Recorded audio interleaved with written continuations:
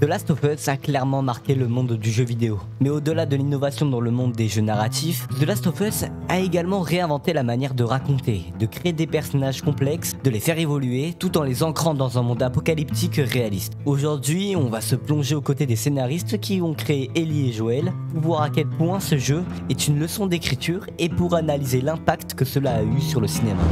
This world, it's so unkind. One day you're king, the next you're crucified.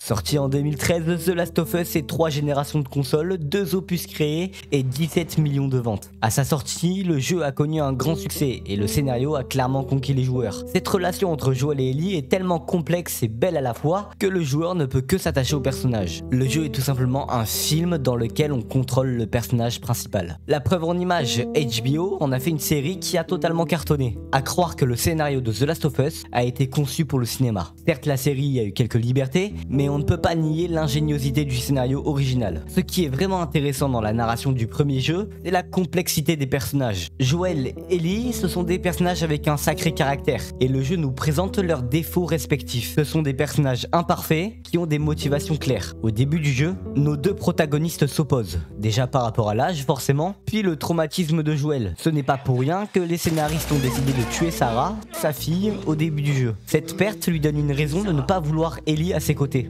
par peur que l'histoire se répète, par peur de s'attacher à elle. Ellie, également issue d'une famille déchirée, peut avoir du mal à se socialiser avec des adultes, car à 14 ans, avoir une mère et un père décédés et représenter le seul espoir du monde, c'est pas facile à vivre. L'évolution de la relation entre Joel et Ellie représente ainsi une clé du scénario de The Last of Us. Les personnages finissent par être liés par la force de la nature. Le déclic viendra surtout lorsque Joel se blessera à l'université. Ellie s'occupe alors de lui pendant toute une saison. Elle voit en Joel une figure paternelle et à partir de ce moment, les 2 protagonistes seront prêts à tout pour protéger leur relation. Comme je l'ai dit tout à l'heure, une prouesse de ce scénario est d'introduire des personnages imparfaits. Joel, personnage sanguinaire, joue le rôle de héros dans l'histoire. Est-ce un véritable héros? La fin du jeu décrit parfaitement les pensées de Joel. Pour rappel, nos 2 protagonistes ont réussi à se rendre au laboratoire des Lucioles. Ellie est la clé de cette pandémie, et seuls les Lucioles peuvent en extraire l'antidote. Cependant, Joel apprend qu'Ellie ne survivra pas à l'opération. Fou de rage et par peur de voir l'histoire se répéter, il réalise une véritable tuerie dans l'hôpital et s'enfuit avec Ellie. Un choix immoral et inhumain, qui ne peut empêcher le questionnement du joueur. Je pense que comme moi, vous vous êtes demandé ce que l'on aurait fait à la place de Joel. Sauver le monde au détriment de sa vie, ou sauver sa vie au détriment du monde. Pas besoin d'une armée de super-héros face à un méchant titanesque et des explosions toutes les secondes pour faire une fin marquante. Le scénario est merveilleusement bien réalisé, et cette fin laisse une empreinte du jeu dans nos têtes. On condamne totalement l'acte de Joel, mais en même temps, on le comprend aussi. Joel n'a aucune caractéristique du héros, et du point de vue de Marlène, il s'agit carrément d'un anti-héros. Rien ne s'arrange lorsque Joel décide de mentir à Ellie. Bon, comme l'expliquent de nombreuses vidéos sur YouTube,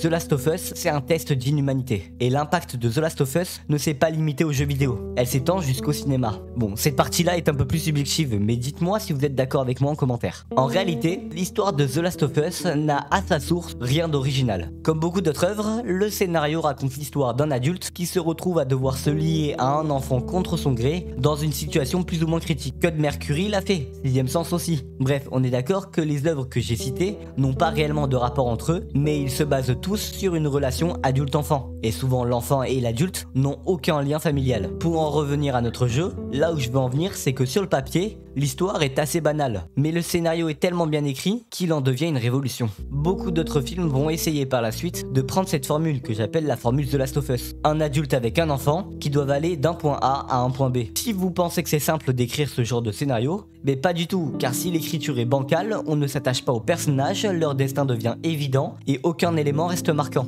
Oui, plein de films se loupent sur ces relations adulte-enfant. After Earth, par exemple, n'a pas su innover dans sa narration, et la relation entre Will Smith et Jaden Smith ne crève pas l'écran. Un film sorti en 2023 s'est également bien ramassé en utilisant cette formule. Dans 65 la Terre d'avant, Adam Driver doit s'allier à une petite fille pour survivre à des créatures préhistoriques. Résultat, des mauvais retours et un échec au box-office. C'est pour cela que je répète que The Last of Us utilise la formule extrêmement bien, au point que tout le monde veut la réutiliser. Moi sincèrement si vous aviez pu prédire la fin du jeu, car elle sort de tous les codes. Un scénario de tous les jours aurait voulu que Joel sacrifie Ellie, tout ça pour avoir une happy end du côté de la morale et une touche d'émotion pour conclure l'histoire. C'est ce que fait Spider-Man sur PS4. Peter a le choix entre sauver New York ou sa tante, sauf que Peter c'est le héros parfait, forcément qu'il va sauver le monde. Et je dis pas que la fin de ce jeu est mauvaise, pas du tout, elle est même vraiment bien. Mais là où je veux en venir, c'est que les scénaristes de The Last of Us ont compris comment conclure une histoire. Il faut un dilemme cornélien pour le héros, où le spectateur ne s'attend pas à sa décision finale. Après, d'autres films parviennent plus ou moins à créer une belle relation. On peut parler de The Creator, dans lequel on retrouve la formule The Last of Us. Cette fois-ci, on est dans le futur, dans une guerre contre les IA, et notre protagoniste se lie à un enfant qui se trouve être l'arme secrète. Cette fois-ci, de mon point de vue, la relation marche plutôt bien, et le film est vraiment cool. Ainsi, on est bien d'accord que The Last of Us n'a rien inventé. Ces histoires centrées sur un adulte et un enfant existent depuis bien longtemps, mais notre jeu a réussi à le faire à la perfection. Les personnages sont tellement bien écrits, ils évoluent tellement bien que le jeu marque une génération et innove dans la manière de créer les personnages principaux. Le héros n'a pas forcément pour obligation d'être parfait. La preuve est que Joel finit par un enchaînement d'actes immoraux. Il sacrifie l'humanité et ment à Ellie. Dites-moi si vous êtes d'accord avec moi en commentaire, le débat est ouvert. N'oubliez pas le like et l'abonnement et on se dit à la prochaine.